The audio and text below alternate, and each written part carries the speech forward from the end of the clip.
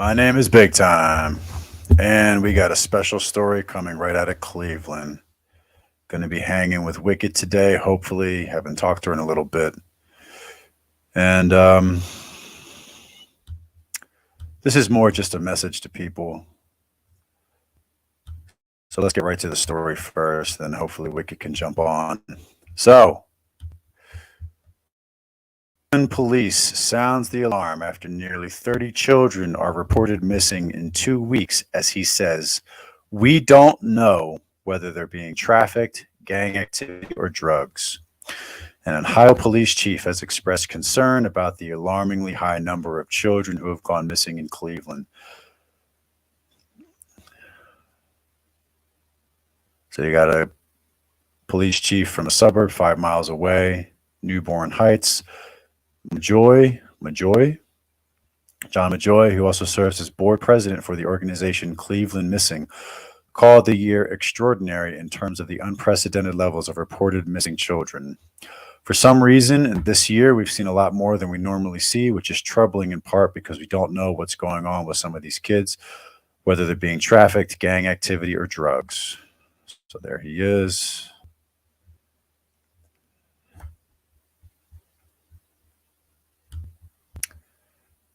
Here's some of the kids: Caleb Ellis, Michaela Nelson.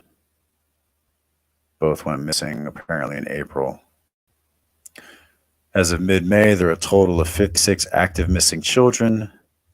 Half of the cases were reporting in May. Mahoy claimed it's likely the majority are runaways and not abductions. He said teenagers are naive when it comes to predators, who he says can be wolves in sheep's clothing. The 27 children were reported between May 2nd and May 16th, and unfortunately, most missing children don't make the news because there is usually no Amber Alert, describing the cases as silent crimes happening right under our noses. There also has to be enough descriptive information about the victim and the abduction. Police have to have reasonable belief there's been an abduction and that the child is in imminent danger of serious bodily injury or death. Peyton Gordon, Amita Evans, McKenna Ward, Javante Jones. Where are they? Where do they go? They can be in a drug house or farmed to prostitution or caught up in drug trafficking or gangs. Finding the missing children is even more difficult when considering that most of the cases listed on the website don't even include a photo. Last year, more than 15,000 children were reported in Ohio, with 4 that were found dead. Abductions amounted to 8,525 of the cases, 34 cases stemming from abductions by a non-custodial parent. Only 5 of the children had a stranger kidnap them. According to a report, police were able to find 36%, but 615 went into 2023 still missing. So this is an interesting story. And again, just because they're missing, you can lean either way. You could say there's a possibility they were abducted, or you could say there's a possibility they ran away. But the main point I'm trying to make here is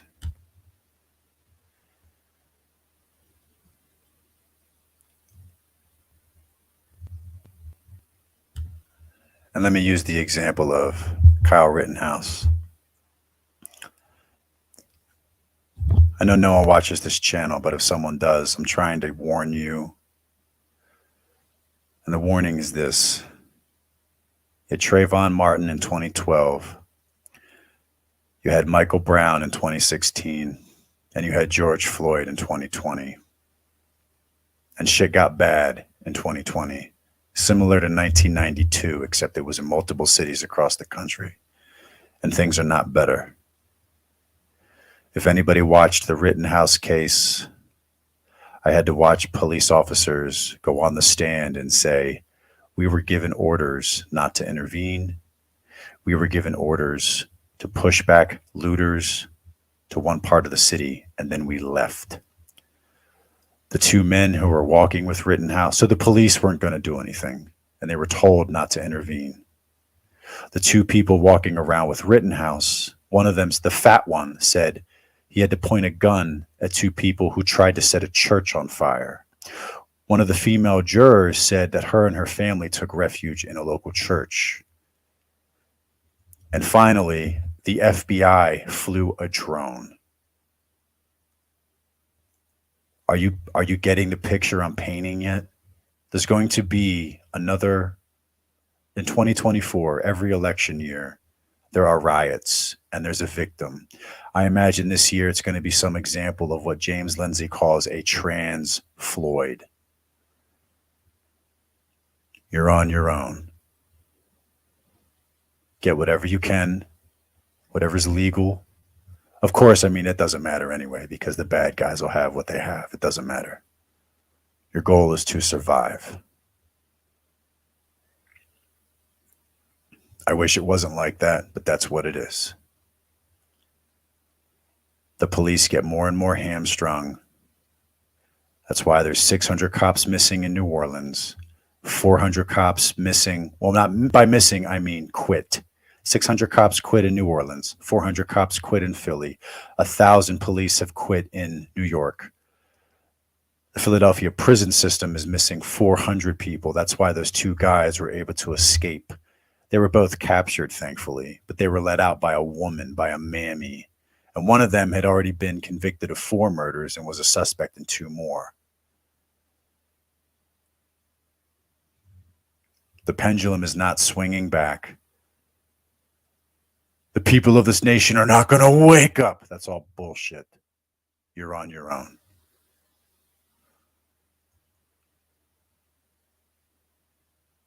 My advice is to get the fuck out of any city that's run by Democrats as fast as you can. They're trying to punish people now who defend themselves or fight back. It's anarcho-tyranny. Banco Brown is an example in San Francisco. Now, of course, you have insane people. Oh, you shouldn't be allowed to use force to defend property. You have, oh my God, what's his name? Alvin Bragg in Manhattan. He decriminalized, or he reduced all robbery down to misdemeanors. And that's what it is. You're on your own. As I said before, Trayvon Martin, 2012. Michael Brown, 2016. George Floyd, 2020. 2020 was comparable to 1992, except that shit happened in a ton of cities. Get what you can. Surround yourself with people who will protect you. And just find a way to survive, because it's going to be bad. That is my prediction. I see we have a... It's my prediction. I see we have a... It's my prediction. What's up, Wicked? Hey, what's going on? Hold on one second. Let me get this situated. What's up, Wicked? No problem. Hold on one second. Let me get this situated. No problem. Okay. Sorry, I had you on the big screen. No, I appreciate it. I apologize. I only have so many minutes every month, and then once they're gone, I have to wait until they refill. I'm not buying more minutes for StreamYard. It's not the cost to benefit ratio is not worth that much. You know what I mean? Oh, yeah. I hear you. I appreciate you coming on. So I figured I'm working on a couple things. Looking at a house today. You know, my wife gave me a list of things to do, so I figured to show my appreciation for you coming back, I have a bunch of videos of what's happening in Chicago. All right. I could ask your opinion about what you think's going on. Oh, okay. All right. How are you doing? Oh, I'm good. I'm good. Everything is coming into place. Everything is moving right forward. No complaints on my end. I mean, that's good. I figured we could talk about Memorial Day weekend. We could talk about how I have the meeting where the police chief and the new mayor said they need more funding for the police, And then the very next day, they approved $51 million for the illegal immigrants. And the people in your community are pretty upset. Oh yeah, people are really angry. Can I start here though? I figured we would start with the schools because I was having this conversation with someone yesterday. And I was like, look, the public schools are already abysmal. What's going to happen when you start putting 5 to 10 kids extra per class that can't even speak English? Nothing's going to get done. Nothing's getting done anyway. These kids are half-ass illiterate. And that's the truth of the matter. The Chicago public school system is dismal. Pretty much doesn't exist, right?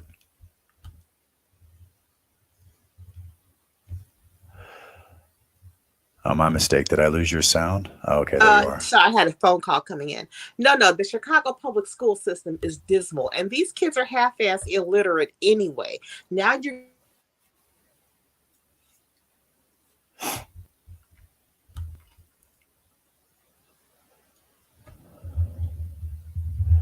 Hey, Wicked, you went out again.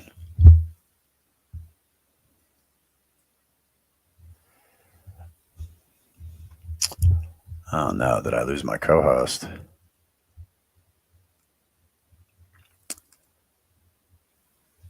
You're not muted on my end.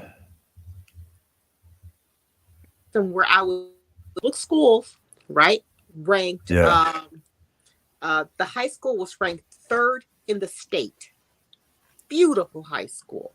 We come down here, the boys' bathroom has got a permanent puddle in the middle of the floor.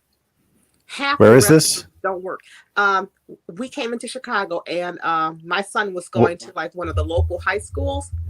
A pit, a complete pit. What year? My son just graduated last year. Oh, so 4 years ago? No, my son just graduated in 2022. Oh, so he graduated from this school. Yes, well, what happened was the school was so bad. And my son was not learning anything at all. So I pulled him out, and they have a program here for kids who are like, at risk. They're, they're going to drop out or they want to drop back in, and they just want to go ahead and get their high school diploma with no muss, no fuss. I put him in that program. I was like, you know what, just get the diploma and get out of there because you're not learning anything anyway. You're wasting your time. So, I was so disgusted. I pulled my kid out. If I could have, I would have just homeschooled him. We would have been better off. Well, I found this. So I was going to ask you what you think of this. They're getting the teachers to do political activism and to get votes. Did you see this? This was 3 months ago. Yeah, and the teachers are upset about it because their money is going to support political candidates, and they didn't want that. They were there to support. Their money went to support the new mayor, and they were upset about that. Are you ready? Yeah. I wasn't doing that work. I was calling people to vote for a candidate during the workday. They're using the internal resources of the union actually to do physical political work during the workday. I actually had that happen to me a few times, where I was assigned to do political campaign calls during the workday. I have the emails from it. I was told, today your assignment is to call people to vote for this person. I was like, should we be doing that? This is a political organization, and you're going to do what we tell you. And that's what I was supposed to do. So during the day, when I was supposed to be taking care of people that had problems in the schools, I wasn't doing that work. I was calling people to vote for a candidate during the workday. I found that, and then I got a bunch. I got a bunch of stuff here. This is from 7 months ago.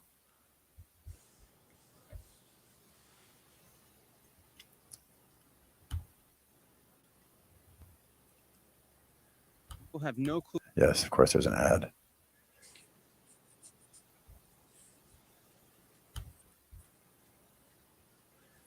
One-on-one with with the man in charge of the Chicago Public Schools, CEO Pedro Martinez. He has been running the district for just over a year now, and he took over during a very challenging time, dealing with the pandemic and very low test scores. CBS 2's Chris Ty asked him about that and cafeteria food. Do you notice that everybody uses the pandemic as an excuse for everything now?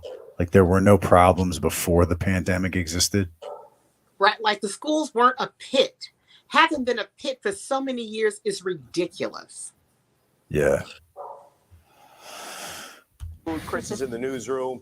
All of those hot button issues for parents and students. Chris. Jim Marie, when the reading and math test scores came in last year, it was a gut punch to teachers, Martinez says. Only 21% of CPS kids meet or exceed English standards. In math, the number is 16%. In Black and brown communities, it's way worse. Martinez says there is evidence this is a building year, and it starts with getting teachers to stay on the job and to buy in to improvement plans. They feel much better this year. I think what still gives them some anxiety is the fact that we did see our results for last year, and so they want to make sure that this year we really have, frankly, that we have better results. Other cities around the country saw better results in the second half of last year, but Chicago didn't. Former state of Texas, as well as my former district, San Antonio, strong recovery last year. They were set up that way. The politics were different, if you remember. Very much. The schools had to be open. And there were some benefits that happened last year. Over a series of years, CPS is. So he said the schools had to be open, but Chicago teachers didn't want to go back, right? No, they did not want to go back. They protested about that. Right. And then everyone's surprised that those test grades went down. You know what? It was a joke. It was a joke and it was an insult. These kids were abandoned. And you know what? And what happens with a bunch of kids who've got nothing but time on their hands? Ooh, in Chicago, a crime rate the crime took off like nobody's business. The kids weren't in school, and these little rotten so-and-sos decided to start carjacking the whole city. Yeah, and that's typically why. And that's typically why black crime increases during the summers, because there's no school. Right. Yeah. Only it wasn't for the summer. It was like for a couple of years. Right. But they say it's the pandemic. No. But then everyone acts like they forget. I don't want to bring this up right now. I don't want to bring up videos on it, but remember when nurses and doctors came out and said that racial inequality was more important than COVID restrictions? And they were supporting protesting? Yeah. You know what? What was going on at that time? There were so many factors going in to make this country just pure chaos. We had the CDC lying to us. We had information coming at us from all kind of different directions. I mean, in Chicago, it was shut down. I don't know how shut down it was where you are, but it was shut down. Downtown Chicago looked like a ghost town. Well, I'm not in Philly anymore. Well, I'm not in Philly anymore. I mean, Philly was shut down for a while. Yeah. So, I want to hear. There are now 80,000 fewer students in the district than there were a decade ago. Where are these kids going? We're seeing more students moving to the suburbs. We're also seeing lower birth rates. So we're seeing less children coming into the elementary schools, and we are seeing more children moving out of the city. Most that do still attend CPS use breakfast and lunch service, and food quality was the number one topic our viewers had for the CEO from our Facebook page. And that's been consistent with the feedback he's got. I finished my first school year. One of the biggest consistent complaints I had was about our food and nutrition program. I think the video is behind, but you get the idea. Yeah. So let's just go to the migrants. Let's just go to the illegals. I got a bunch of stuff here about all the illegals, and we'll see what you think.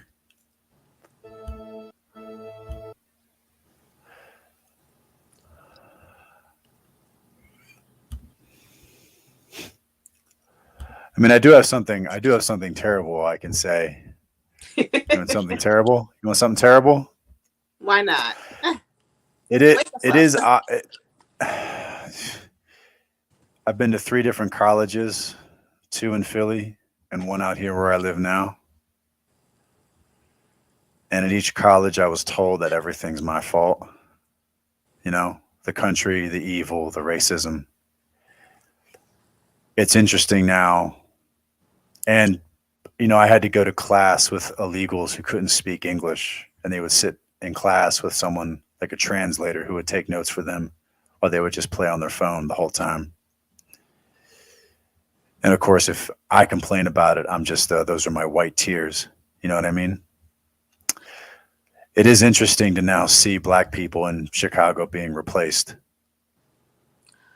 You know what? And it's interesting to it's interesting that 4 years ago there was this orange guy who ran for president, and he was saying build the wall, and everybody called him racist and xenophobic, and he said Mexico isn't sending their best. But now I have videos of black Chicago residents from the 6th district and even the 6th district aldermen with signs saying build the wall. So it is funny how shit comes full circle. You know, well, the whole thing with black people and immigrants is like, you know, we've been trying to tell them, like, hey, you sure you want to come here? And this is what you can expect, right?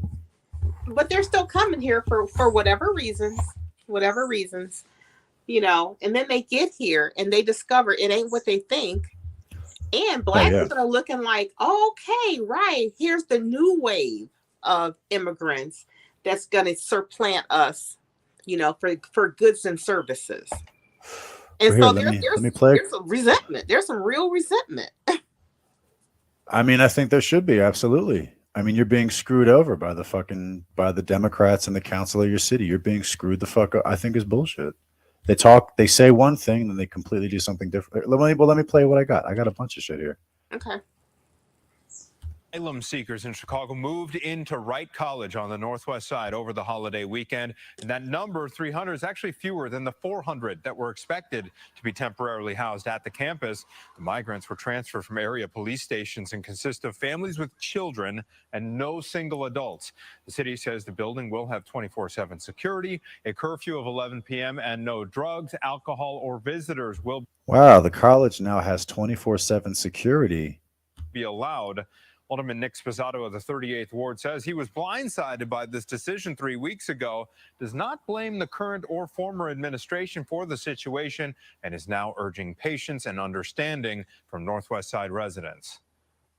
We have to make the best of it, and being the caring type of people we are on the Northwest Side, once again, just make the best of it, and hopefully there's no problems, because any problems anywhere, they're certainly going to be blaming. Weak. Well, you know what? This guy, he can't say too much because the area that he's representing does have a lot of Hispanics there. So it's, you know, I mean, they're I have they're there with their people, right? I have Hispanics and Cuban. Well, that's short-sighted too, because those people are going to get in front of the line to go to college and get job training. That's what's happening in New York. Oh yeah, they're going to So get I don't. some benefits. Yeah, I got more. Just. From here, coming here, driving here. Chicago's hotel industry is looking for solutions to help migrants get work. But at one downtown hotel, neighbors say they've seen nothing but problems. Tia Ewing went to see for herself. This is one of the last known locations that migrants were calling home temporarily. The Inn of Chicago right here off of O'Hare and St. Clair. And it's come with a really costly stay, over $60 million in state funding. And as of right now, there's a push to actually get these asylum seekers jobs, and they could be getting employment right here at this hotel. This is the legislation first introduced in February of 2023, proposing that an asylum seeker would be able to work in 30 days. The legal process is in several months to get employment in the U.S. Are they trying that hard to get residence jobs like that? No. Hell no. Okay. So that's one way you're being screwed. Right now, a lot of them want to work, but they have to wait 6 to 9 months just to get approval to work. Michael Jacobson is the president and CEO of the Illinois Hotel and Lodging Association. He was recently in D.C. advocating for the bill. It would minimize the burden on employers during a historic labor shortage, including the hotel industry. We have 1,600 open positions in hotels just in the city of Chicago today, and we have thousands of migrants looking to work. But neighbors say here at Inn of Chicago, there's a big problem with the work some migrants are already doing. They're hanging out on the sidewalks. They're hanging out in the alleys. People have been solicited, including myself. Solicited for what? Prostitution. Yes. We're just going to keep it real. We reached out to Governor Pritzker's office to see how much the hotel stays are costing the state. Governor Pritzker's office says there were over 2,000 migrants sheltering in 12 hotels as of April 25th. 98% of those people moved to independent housing. In January, $90 million from the Illinois General Assembly was helping to provide care for the migrants, including many in Chicago. Over 60. That's $90 million. Okay, you know what? Trust and believe people are angry. I'm angry. Oh, I got more. I got more. Check this out. This was Memorial Day weekend. Got some numbers. Yeah, Diane and Val, the shooting victims range in age from 2 years old to 77 years old, representing every part of the city. This despite a collaborative public safety effort the new mayor hopes to implement all summer. Over the holiday weekend, by our count, at least 50 people were shot, 10 killed. A man was critically wounded in the back of the Yards neighborhood. And they had to shut down the beaches. They gave a curfew for the city. They had to shut down the beaches at 10 o'clock. And there was a fair in the suburbs where 400 kids flash mobbed, and they shut down the fair. It's called like Tinley Park or something. Tinley Park, yeah, south suburbs.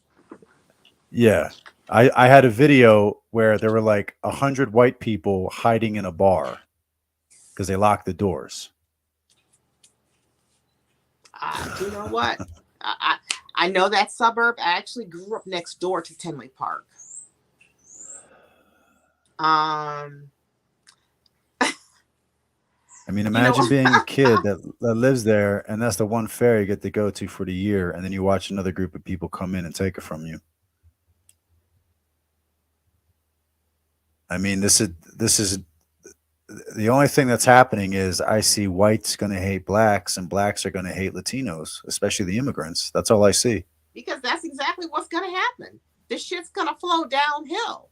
You know what? First of all, Tinley Park, okay, that whole area, the population, well, when okay, I'm going to take you back for just a second, okay? When Jim Crow ended, sure, and black people could leave, you know, the areas that they were, you know, they had to live in before, you know, black people spread out. And every time black people spread out, white people spread out even further.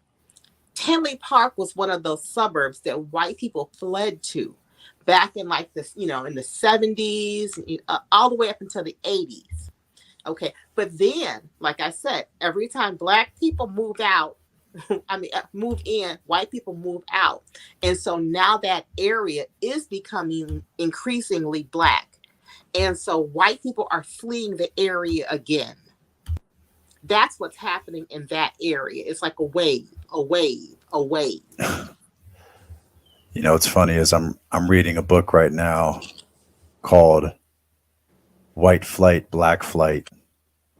And it's about a town where they changed the name in Northeast. It's up in the Northeast somewhere. And it starts out as a mostly Jewish community.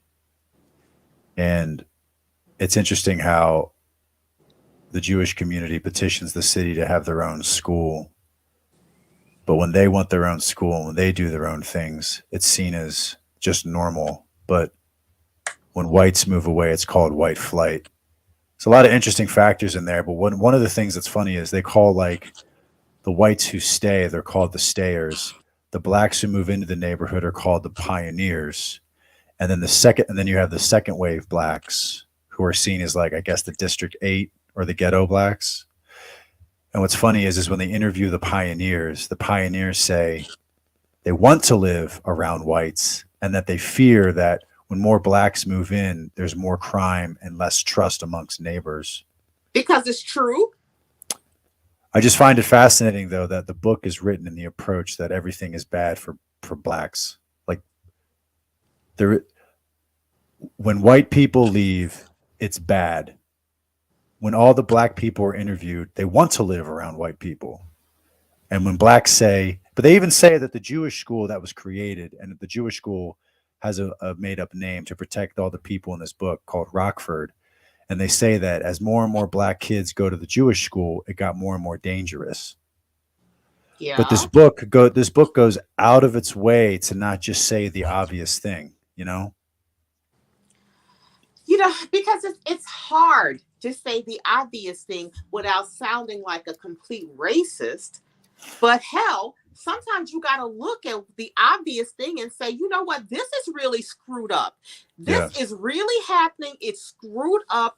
We all can see it, but nobody can say it. You know what I mean? God forbid you say it. Say the words. Here actually, since we're doing this, do you want to do the video on the Tinley Park? Do you want me to keep going with the migrants? Yeah. Let's see my almost hometown. Let me do this real fast. I'm reading this book right now, and it's just fascinating because I've never read usually when you look up white flight, you know, there's hundreds and hundreds and hundreds of studies, but I've never seen a book that actually I've never seen any study that actually said black flight. And it surprised the crap out of me. Big time. And Let me tell you something what one of my brothers told me, who actually lives not too far from Tinley Park. He lives out in those suburbs out there. You know what he said to me? He said he wants his family to be the only black family on the block because he's not trying to live around niggers. Yo. That's exactly the sentiment in this book. The pioneers, the blacks who were like more middle class, who were able to move into this neighborhood, which is called Rockford, which is a fake name for this neighborhood in the Northeast that was all Jewish. They say the exact same thing, that they try to move away. They come from a neighborhood full of crime, and they resent the second wave blacks moving in. It's fascinating. It's the only study I've ever read where they talk about how blacks don't like other blacks, because any other study I read it just covers white flight. So this study in itself was fascinating. This is the book right here, if you can see it. I'm reading it right now. Okay. Well, you know what that reminds me of? Okay, remember Chris Rock told this joke a long time ago when he was actually funny? And he said, who's more racist? Black people or white people? Black people, because we hate niggers too.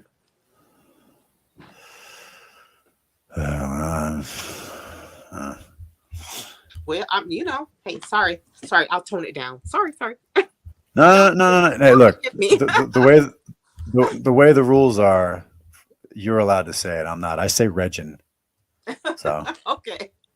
Here, you ready? This is Tinley Park.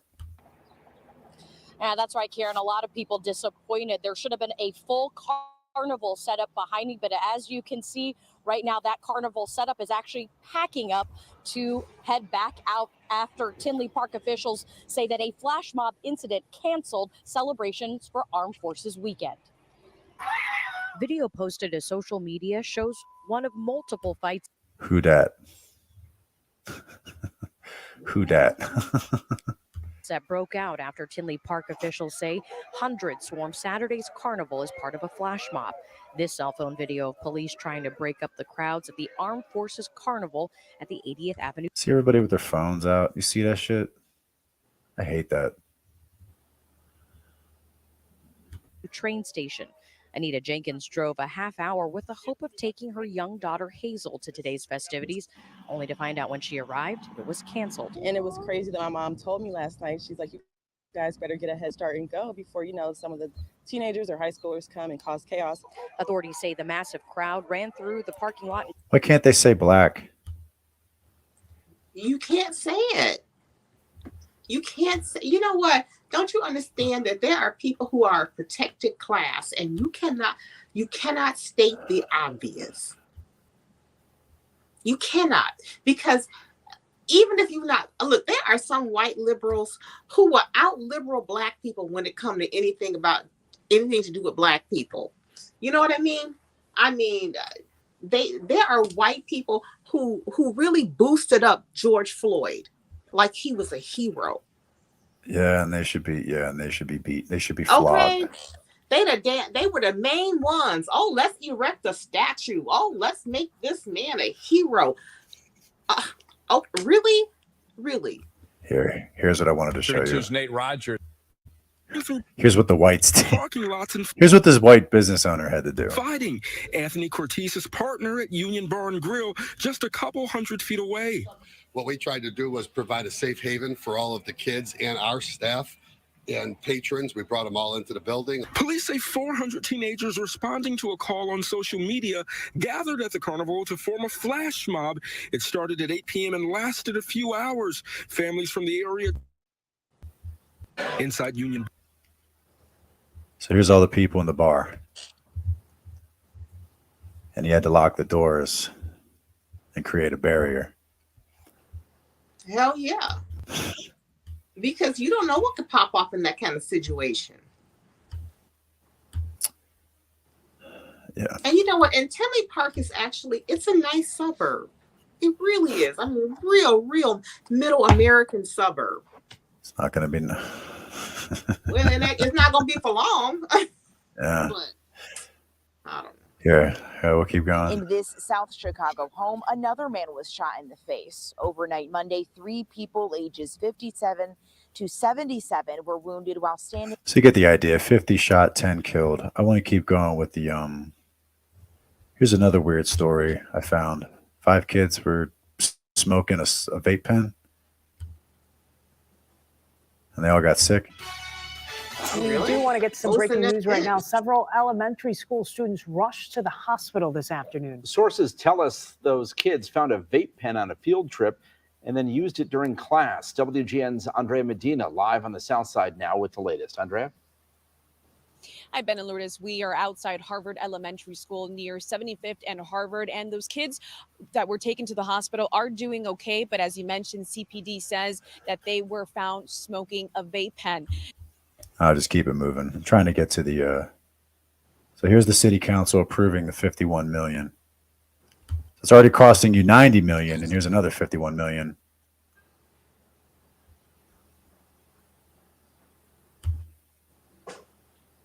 Now at noon, 3 Philadelphia teenagers have been arrested after police say they stole. Oh, sorry, that was me. That's where they're getting them. They're stealing them. Yeah. They all were caught, thankfully. But Bucks County is a suburb that's like an hour from Philly.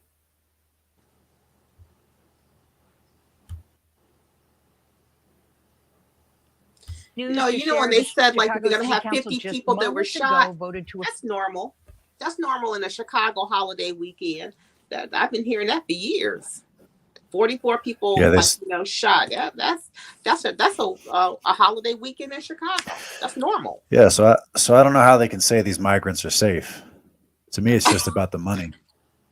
To me, it's just about the money. Here they are approving. So that one video said $90 million. They're putting them in the college. They're putting them in the hotels. They want to get them to work. And here they are saying they just got another $51 million. Okay, so what are they doing with that money? Are they buying these people homes? What the hell? I don't know. But then I got a video of over the weekend where the police chief says we need more resources. This is a grift. Right. That's what I see. This is a damn grift. That's what I see. Yeah. Fund migrant housing. There was public comment before the vote with many people passionately pushing against this move. They raised concerns about funding for the Chicago homeless and for community initiatives. Chicago has dealt with a huge influx of migrants being bused here from Texas.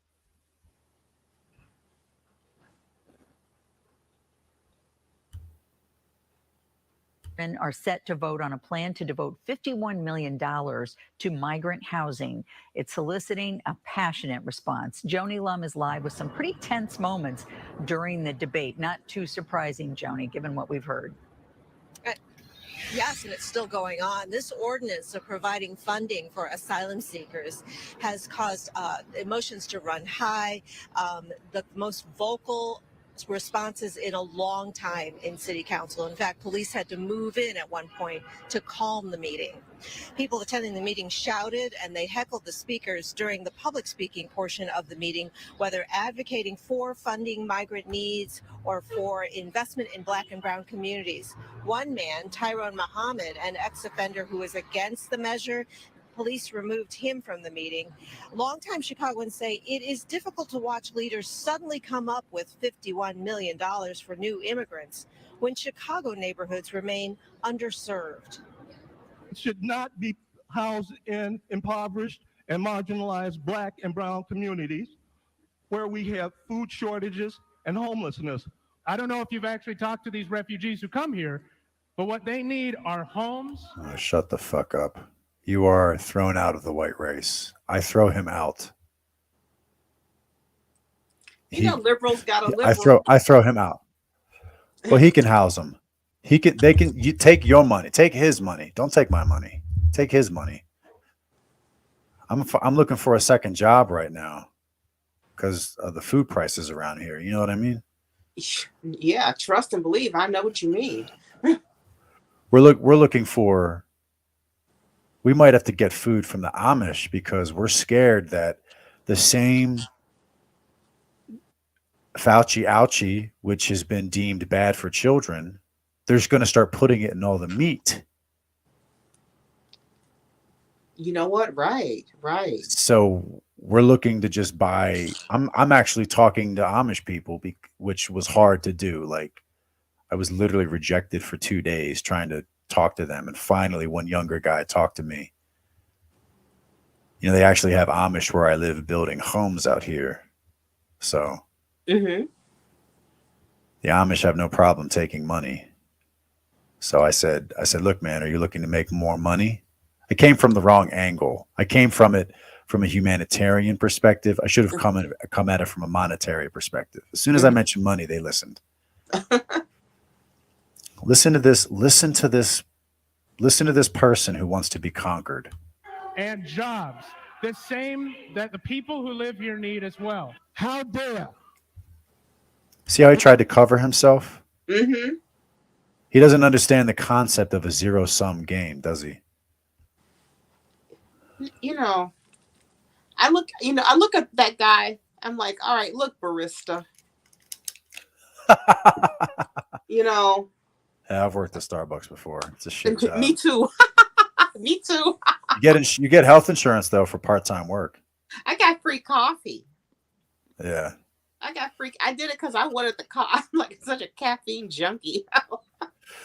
Here, can I do one or two more and then we'll lean into it for like 10 minutes? Okay. This mayor and city council have the guts to give migrants $51 million.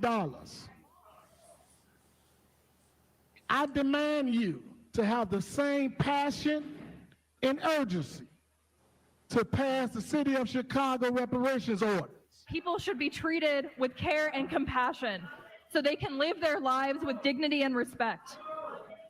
However, when recently arrived families are sleeping on the floors of police stations with nowhere to go, we know that Chicago is not living up to its values. Oh, shut up.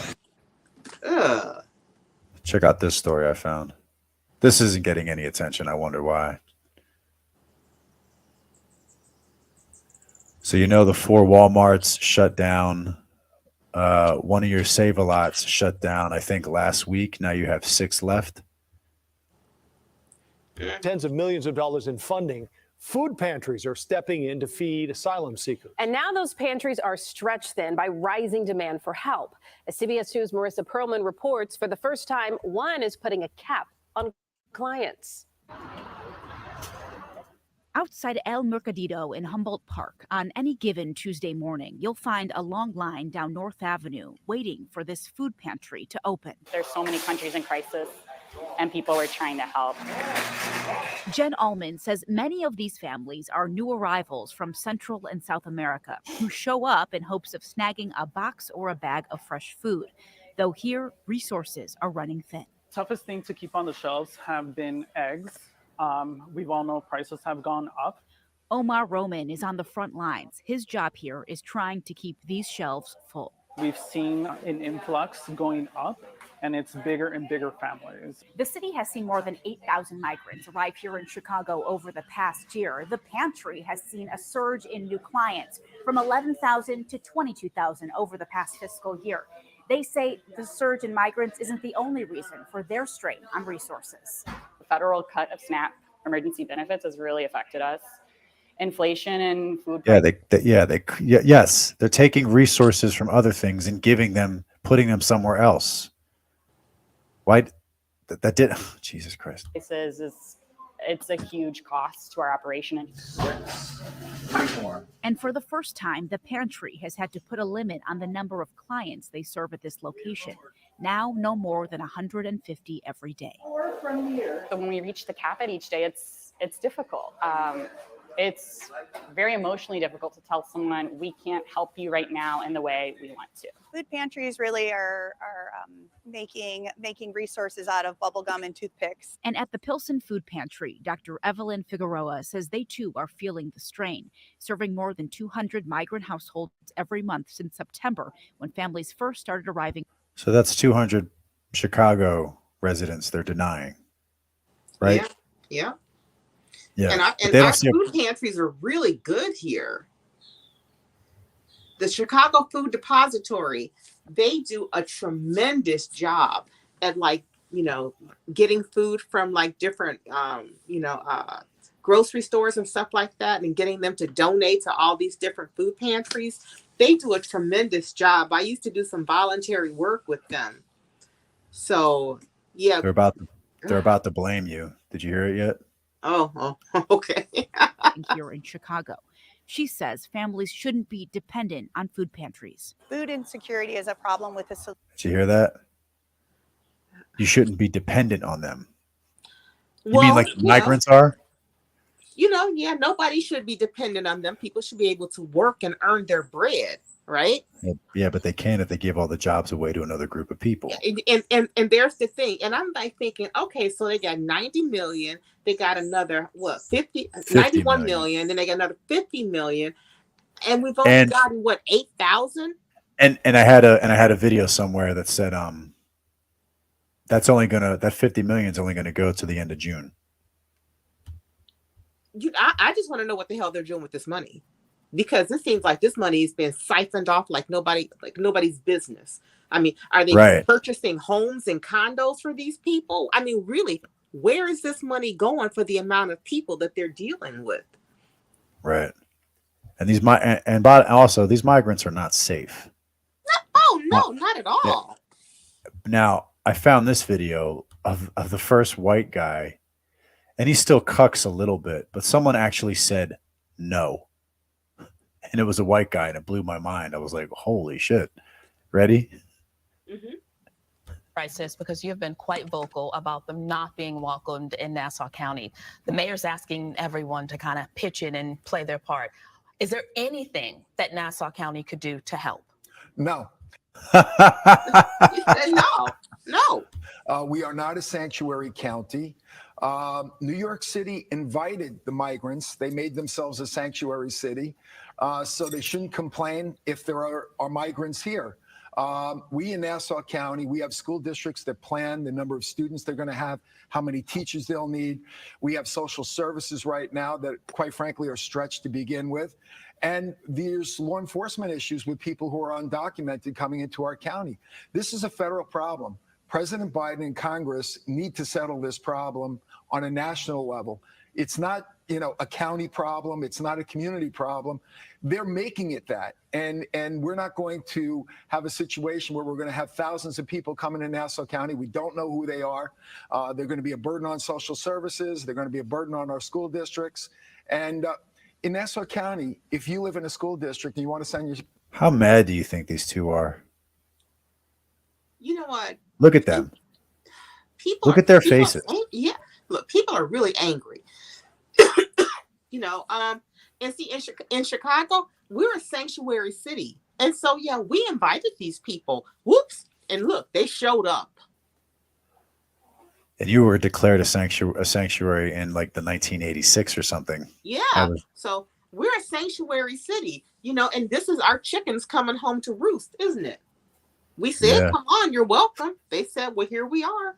And this guy says one more thing I think was interesting at the end. Your kid to school, you got to show proof of residency. You can't pick any school you want. Yet they want to dump people on, let's say, the Hempstead School District, which they did last year. They tried to dump 100 students right on the front steps. The first day of school, they hadn't planned for these kids coming to school. So it's a mess. And I am pro-immigration. He cocked right there. Yeah, because he was going to go too far. And he did no. Someone has to go. Someone has to go there. There has to be a person. Lose his job. Well, then he'll lose. I mean, look. He's like he saw his pension and he was like, oh hell no, let me back up.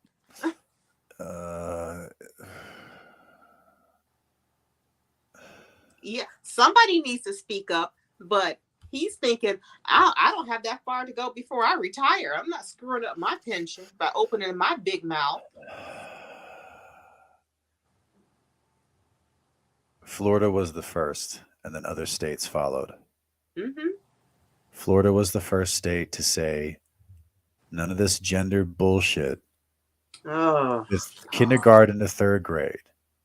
Oh my God! And then it started, and then other conservatives who are usually weak and cowards, suddenly for children, we found the line. Yeah.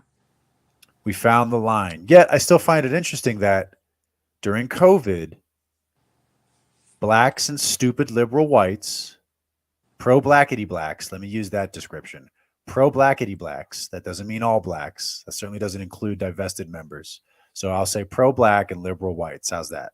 Pro-blackity black and stupid liberal whites were allowed to march and protest. You had the girl in Chicago saying looting is the new reparations. You had people in 2020 saying rioting is the language of the unheard, quoting Martin Luther King. AOC said the same thing.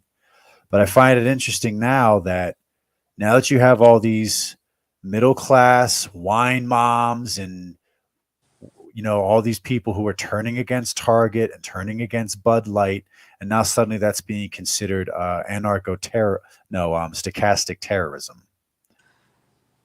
People want to protect their kids. Yeah, it's just fascinating to me how they turn the narrative on a dime. So they're allowed to burn down stores, they're allowed to burn down neighborhoods because some crackhead OD'd, was given a gold casket. But now that suddenly, if I lived in a county where I don't want a bunch of men putting their dick in my kid's face walking down the street naked in a parade, I might have my child taken from me from CPS. And I know they tried to pass that. I don't know if they passed it or they tried to pass it, out west in that one state that said if you in Washington they did.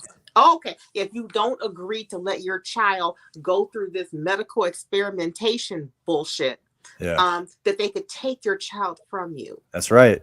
That's also in parts of London. That's also in parts of Australia. And I'm saying this right now. I'm saying this. I have to be. Well, let me be careful. I have a picture. There's still. I know Christians are being. I know we're the ones being attacked. The two other groups have never seemed to be attacked.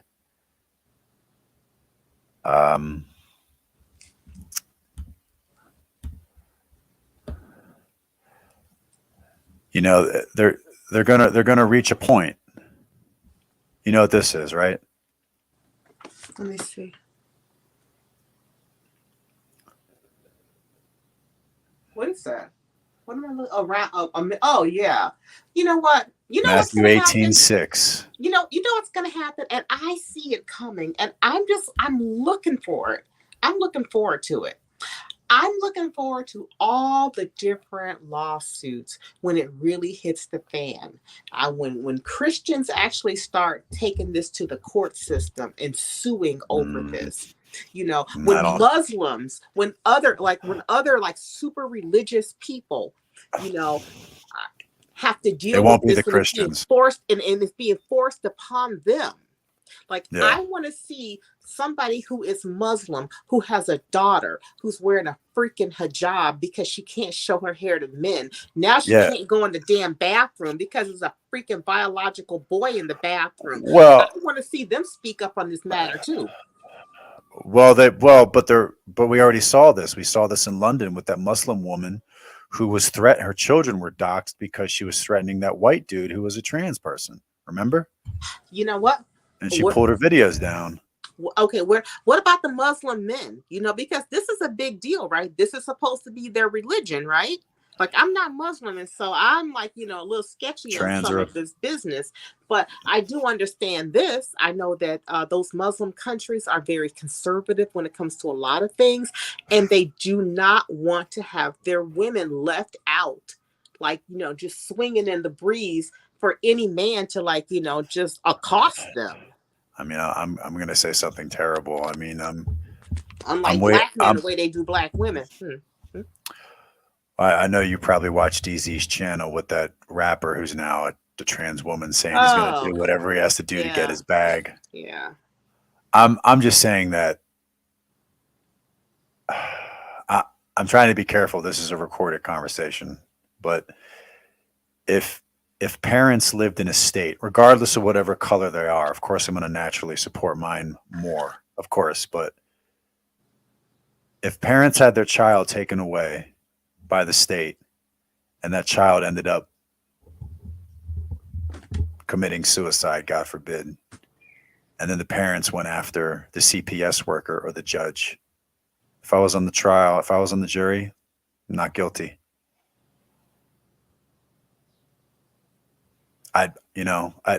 It's like the judges who say, "Oh, we have to let out the criminal. You know, we got to just let out the criminals, guys.